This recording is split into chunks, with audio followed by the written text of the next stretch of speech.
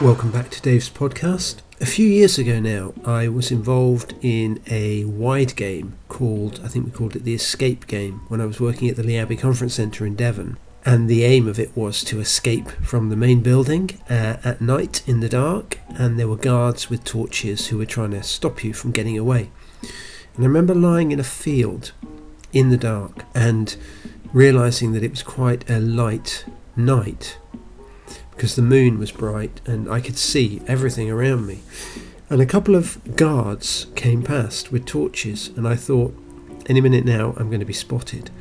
And they didn't see me because their torches were lighting up a little bit of the area around them, and that's what their eyes were accustomed to.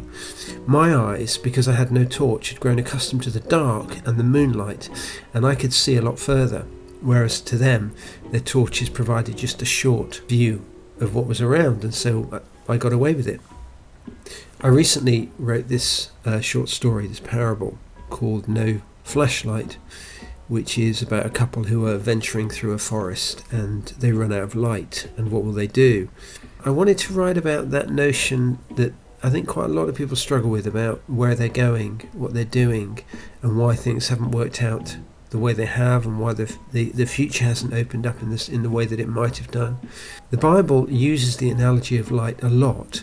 In Psalm 119, which is one of the big songs in the Bible, the lyrics talk about God being a light for us to light our way, and his word being like a lamp that we carry to guide our footsteps. Jesus himself called himself the light of the world, and he also looked at those people who were his followers and said, and you are the light of the world too. So there's a sense in which he was bringing light to show us the way forward, and we could pass that light on. We could be mirrors, if you like.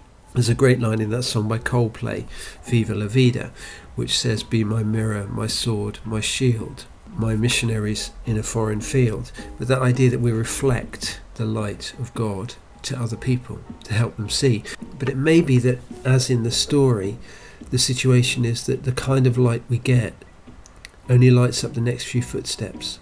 We would like it to be an arc light or a floodlight or something like that, really. Perhaps we would like to be that for other people, but we may well not be, and we may not find that in our lives, that actually we only discover each little bit of the journey as we turn the corner. We see the next footstep and we take that, and we see the next footstep and we take that.